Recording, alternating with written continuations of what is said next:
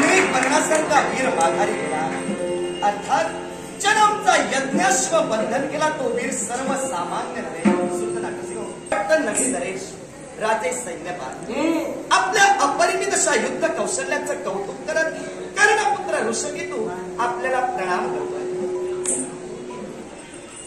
आमची योग्यता आपण जाणला, त्या योग्यतेला योग्य असा नमस्कार करणं हे उचित वाटलं, म्हणून आमचा सन्मान राखला.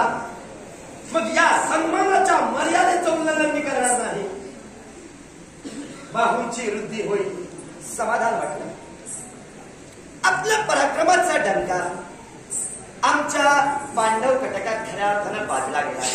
तुमचे पराक्रम आम्ही प्रत्यक्षात पाहिले, कारण मेघवर्णासारखा वीर आपल्याशी द्वंद्व करत माघारी निघून गेला. अर्थात आमच्या नेत्रासमोर जो वीर उभा आहे तो आपली सामान्य नव्हे, याची प्रचिती आपल्या पराक्रमायोगे आम्हाला आपण करून दिलेला आहात. पण कर्णपुत्र ऋषकेतू विनंतीपूर्वक आपल्याला सूचित करू इच्छितोय, राजे सैन्यपाल, आमचा जो यज्ञाश्व आपण बंधन केला हे पांडवांचं धर्म कार्य होत. या धर्म कार्यात त्या यज्ञाश्वाची आम्हाला नितांत गरज आहे, कारण तो यज्ञाश्व आमच्या पाशी असल्याशिवाय हे धर्म कार्य आम्ही सिद्धीस देण्यास असमर्थ परिपूर्णरित्या आहोत. तेव्हा जो आमचा यज्ञाश्व आपण बंदिवान केला तो आमचा यज्ञाश्व आपण मुक्त करावा आणि आमच्या या धर्म कार्यात आम्हाला सहकार्य करावं ही आमची अपेक्षा आहे आपल्याकडून. अपेक्षा, प्रामाणिक इच्छा, ही सद्भावना म्हणावी. अश्वाच्या मुक्ततेसाठी आलेला वीर, नाव काय म्हणाला आपलं? कर्णपुत्र ऋषकेतू. कर्णपुत्र ऋषकेतू. हे आताच आपण बोलल्याप्रमाणे आपण सहज म्हणाला, मेघवर्णासारखा पराक्रमी योद्धा माघारी गेला. याचा अर्थ आमचे पराक्रम काय आहे ज्याची जाणीव तुम्हाला झाली परिपूर्ण. तुम्हाला काय साऱ्या माझ्या विरामला झालेले आहे. मग काय रे ऋषकेतू, काय इथे मरायला आलास की काय?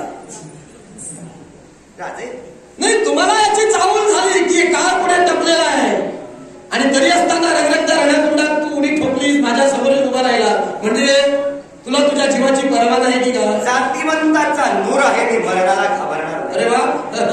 मृत्यूच्या दाढेत ऋषकेतून उडी ठोकली, कर्तव्याला प्राधान्य दे.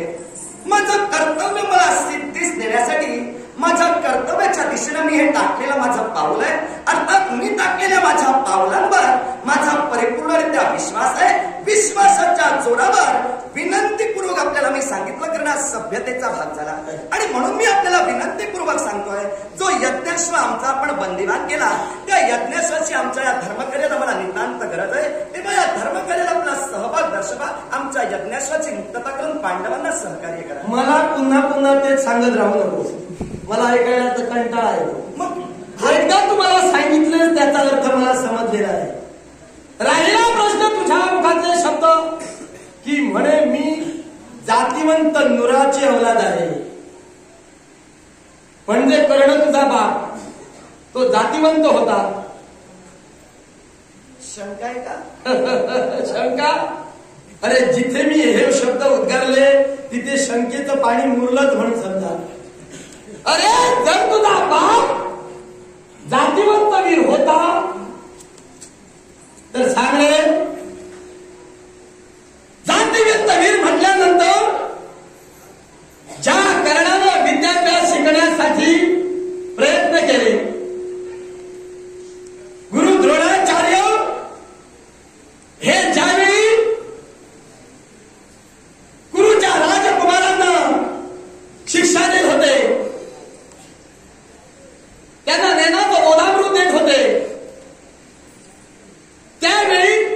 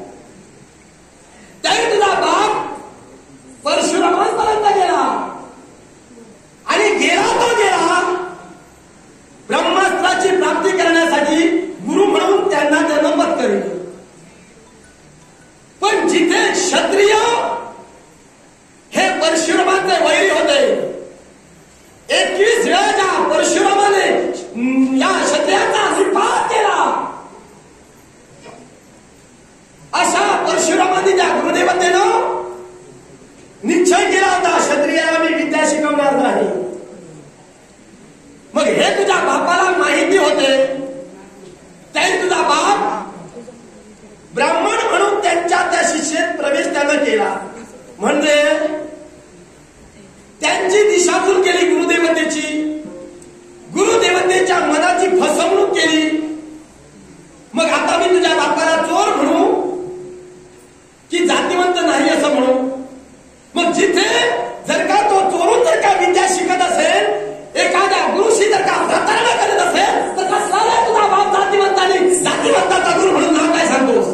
हेरा पट्टण नगरी नरेश, राजे सैन्यपाल, शब्दांना लगाम घाला आणि तदनंतर माझ्याशी आपण आपलं वक्तव्य करा. कारण का? सामंजस्याचा भाग म्हणून कर्णपुत्र ऋषकीतून आपली सभ्यता जातीचं बोललात म्हणून मी बोललो. जर का तू जात काढली नसती तर तुझ्या बापाचं बोलायला मी काही भाग पडलो नसतो. आता जातीचं बोलणार म्हणजे सांगा, आता मी काही भावगं बोललो का? जरूर जरूर. म्हणजे तुझा बाप क्षत्रिय म्हणून केला होता ऐका की फसवणूक केली त्याला गुरुची? ऐका. हा ऐकतोय. आपल्या प्रश्नाचं उत्तर माझ्या वक्तव्यातून मी आपल्याला देईन. माझ्या पितृदेवतेनं माझी माता प्रभावती हिच्यावर माझी जबाबदारी टाकली. माझी माता प्रभावती हिनं माझ्यावर जे संस्कार केलेत ना, त्या संस्काराची सांगड घालूनच मी माझ्या जीवनात आजपर्यंत वावरतोय. म्हणून सामंजस्याचा भाग म्हणून मी आपल्याशी अगदी सामंजस्यानं खऱ्या अर्थानं माझं वक्तव्य केलं. आपल्या मुखातून शब्द बाहेर पडले, तू कुणाचा पुत्र? महारथी कर्ण, अंगराज कर्ण यांचा मी पुत्र. आपण म्हणाला. त्यानंतर मी म्हणालो जातीवंताचा नूर आहे, मी मरणाला भिणार नाही. कारण आपण म्हणाला तुला मृत्यूची भीती वाटत नाही का? मरणाच्या दारेत तू आलास. मी जातीवंताचीच अवलाद कशी आहे मी तुम्हाला पटवून देतो. अरे हा तुम्ही प्रश्न विचारलाय, पुन्हा पुन्हा एकच गोष्ट दळत राहू नकोस रे. पुढे बोल, वेळ फुकट होतोय माझा. पुढे बोल, महत्वाचं काय ते बोल. मी तुला विचारलं ना जातीवंताची तू नूर आहेस का म्हणून, कसा काय ते स्पष्ट कर. महत्वाचा तुमचा मुद्दा मी स्पष्ट करूनच तुम्हाला सांगेन. तेच स्पष्ट. तुम्ही तुमच्या वक्तव्यासाठी जेवढा वेळ घेतला, आता तुम्ही तुमची बाजू योग्य रीतीनं परिपूर्ण केला. ज्या जागेवर तुम्ही उभे आहात त्याच जागेवर मी उभा आहे. अर्थात तुमचं वक्तव्य तुम्हाला स्पष्ट करून देण्यासाठी मी तुम्हाला वेळ दिला. माझं वक्तव्य स्पष्ट करून देण्यासाठी मला जेवढा वेळ लागेल तेवढा तुम्ही द्यायचा. तुला वेळ द्यायलाच हवा म्हणून मग लवकर लवकर सांग, वेळ फुकट जातोय. हे शब्द कृपया वापरू नका. कसं का? अरे दिव्या, पुन्हा पुन्हा तू त्या गोष्टीचं जर दळण केले तर पुन्हा पुन्हा मला तेच ऐकावं लागणार आहे. मग महत्वाची गोष्ट राहते बाजूला. मग आपण जरा महत्वाचं बोललेलं पुन्हा पुन्हा मी दळण करणार. प्रश्नाचं उत्तर हवं तर ऐकून घ्या आणि जर नको तर थांबूया. मी जाणार नाही पुढे. थांबूया म्हणल्यापेक्षा तू चालता गरज नाही. मग यज्ञाश्व आमचा द्या, मला तुमच्याशी कोणताही बात नाही. मी जाईल. तुमच्या पत्रिकेचा शब्द खोडा आणि तुम्ही अश्व घेऊन. पत्रिकेचे शब्द खोडण्याचा अधिकार आम्हाला नाही, तो अधिकार ज्येष्ठांना आहे. ज्येष्ठांनी जेवढी जबाबदारी आमच्याकडे दिली ती आम्ही भूषवणार आणि तदनंतर. मग मी जरा पर्यायी मार्ग सांगतोय. आता ज्या अधिकारानं वीर म्हणून माझ्यापर्यंत आला आणि ज्या अधिकारानं वेळ मागतोय त्या अर्थी दुसरा एक पर्याय आहे. जिथे तुमचा शिव माझ्या राजधानीत आला, तो चुकून आला हे मान्य करा. तुम्ही जातीतून घ्या, मला शरण घ्या, म्हणजे मी तुमचा शिव सोडेल. म्हणजे माझ्या राज्यात आला हे मी क्षणभर विसरून जाईल. माझ्या राज्याच्या सीमेच्या बाहेर तुम्ही अश्व नेऊ शकता, माझ्या राज्यातून तुम्हाला अश्व नेऊ देणार नाही. राजे सैन्यपाल, आमचा पृथ्वी दिग्विजय सुरू आहे. हा पृथ्वी दिग्विजय 1 संवत्सर एवढ्या कालावधीत आम्हाला परिपूर्ण करायचा आहे. तो जिथं जिथं जाणार ते जिथं जाईल त्या राज्यात चुकून जाऊ दे किंवा कसाही जाऊ दे, त्या राजकर्त्याला जिंकणं हे आमचं खऱ्या अर्थानं उद्दिष्ट आहे. याच्या मुळाशी कारण काय? यात आमचा कोणता स्वार्थ किंवा अहंभाव असा त्याचा अर्थ होणार नाही. कारण मुळातच अश्वमेध यज्ञ हा असा आहे.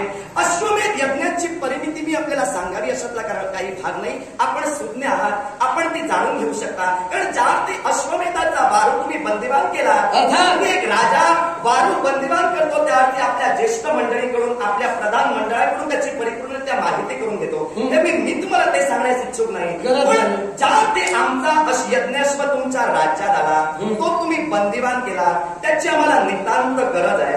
अर्थात तो यज्ञाश्व मुक्त केल्याशिवाय आमचं कार्य आम्ही सुरळीतरित्या पुढचं पार पाडू शकत नाही. सामंजस्याचा भाग म्हणून विनंतीपूर्वक मी आपल्याला सांगितलं, जर आमचा आमची विनंती तुम्ही अमान्य करत असाल तरी आम्हाला चालेल. ठरल्याप्रमाणे दाती तूड घेऊन जर का तुम्ही शरण येऊ शकत नसाल तर आमच्याशी तुम्ही द्वंद्व करा. तुमच्या पराक्रमाचं प्रदर्शन तुम्ही आमच्याशी करा.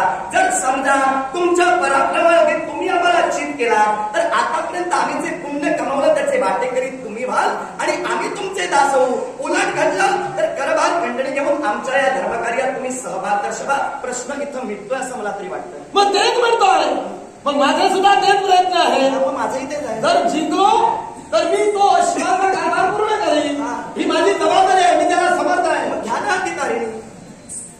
म्हणजे तू युद्ध करण्याच्या खुमखुमीला आला.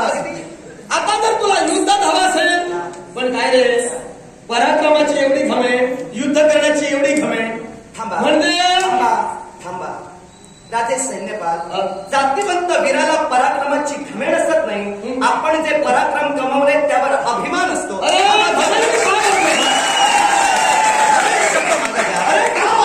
शब्द मागं घ्या. अरे जिथे ज्या तुझ्या वक्तव्यानं तू बोलतोय ती म्हणा युद्ध करा युद्ध करा म्हणजे तुला युद्ध करण्याची खुमखुमी आहे. युद्ध करण्याची खुमखुमी मी तुझी पूर्ण करीनच. पण ज्या बळावर त्या गोष्टीवर एवढा आत्मविश्वास आहे. आता बापाचं बघा बोललास म्हणून मला अजून एक बोलावंसं वाटतंय.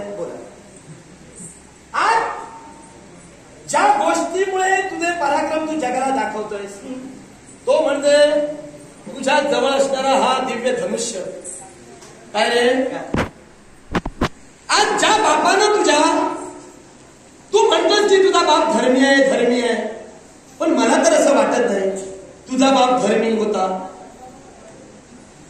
फक्त तुम्ही पांडव म्हणजे तू म्हणतोयस आता तो जर धर्मी असता तर द्रौपदी हिची त्यानं विवत्सना केली नसती. आता द्रौपदीचं मी का नाव घेतो याच्या मुळाचे कारण आहे. कारण ज्या द्रौपदीचं वस्त्रहरण झाले या वस्त्रहरणाला तुझा बाप जबाबदार होता. तो कसा तर ज्या दुर्योधनाला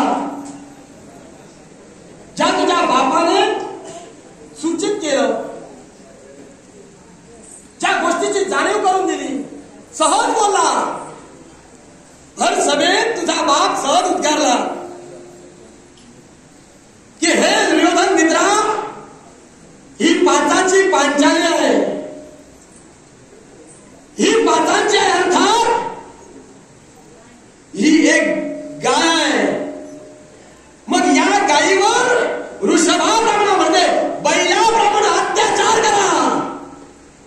हिला जरी नग्न केला तरी वावगं ठरणार नाही. हे शब्द तुझ्या बापाच्या मुखातून बाहेर पडले त्यावेळी तेच शब्द सत्य करण्यासाठी दुःशासन तत्पर झाला. पण मला आश्चर्य वाटतं बिचारा त्या द्रौपदीबद्दल द्रौपदीच्या बाबतीत एवढं सारं काही करूनही त्यानं तुझ्या बाबतीत दया दाखवली, सामंजस्यपणा दाखविला. तो सामंजस्यपणा काय माहितीये का? अरे हा जो दिव्य धनुष्य तुझ्याजवळ आहे हा तुला कुणी दिला माहितीये का? अगदी माहिती आहे. कुणी दिला? हा माझ्याजवळ असणारा दिव्य धनुष्य माता द्रौपदी हिनंच मला दिला. मग तेच हाच मोठा प्रश्न आहे. मग जिथे तुझा बाप विवत्सना करतोय निर्वत्सना करतोय एका स्त्रीची शब्दाप्रमाणे विटापना करतोय आणि त्या स्त्रीने तुला तो धनुष्य दिलेला आहे. ज्यावेळी तिचे मुक्त केस होते ते मुक्त केस ज्यावेळी बंधन केले त्यावेळी त्या केसांना एक प्रकारचं दिव्य निर्माण झालं आणि त्या दिव्य केसांच्या योगे करून जो दिव्य धनुष्य निर्माण केला तो तुझ्या स्वाधीनतेनं केला. म्हणजे या दिव्य धनुष्याच्या जोरावर तुला युद्धाची खुमखुमी आठवते. मग असं जर का असेल तर ती तुझी खुमखुमी मी पूर्ण करायला तयार आहे. युद्धाची माझी खुमखुमी तुम्ही जर का सैन्य माझं तयार आहे. होय ना? हो. मग पुढचं पाऊल तुमचं तुम्ही उचलू शकता. मी माझं पाऊल उचलतो. मग तुम्ही जर का मुक्ततेसाठी आलात मुक्तता होणार नाही. आता याच्यावर मागे जाणार नाही. मी त्याची मुक्तता करणार नाही. मुक्त केल्याशिवाय मी मागे जाणार तुम्ही नाही. मुक्ततेसाठी काय करणार तेवढं सांगा. युद्ध करेन, तुम्हाला चित करेन आणि घेऊन जाईल. उलट घडलं इथं मरेन. मग इथे तुम्हाला मी मारल्याशिवाय राहणार नाही. मग यातल्याशिवायची मुक्तता करण्याचे माझे प्रयत्न मी तुम्हाला दाखविल्याशिवाय मग राहणार ज्या कामासाठी तुम्ही आलात ती जर का तुमच्याकडून सुरुवात झाली तर मी त्याला प्रति